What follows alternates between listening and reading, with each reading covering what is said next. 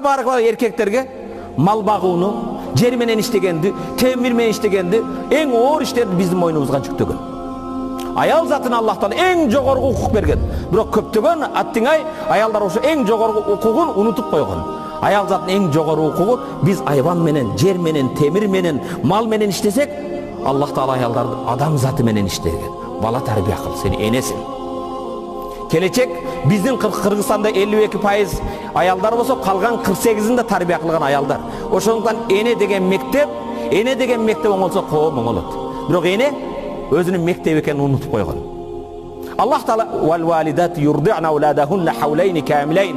Энелер балдарын 2 жыл эмизсин десе, бүгүн кээ бир энелер айтат, мен балдарымды эмизбейм дейт. Эмне үчүн? Мен карьера кылышым керек дейт. Мен баламды эмизбейм, мен фигурамды сакташым керек дейт. Кимге сактайсың? Баланы акын бербейт.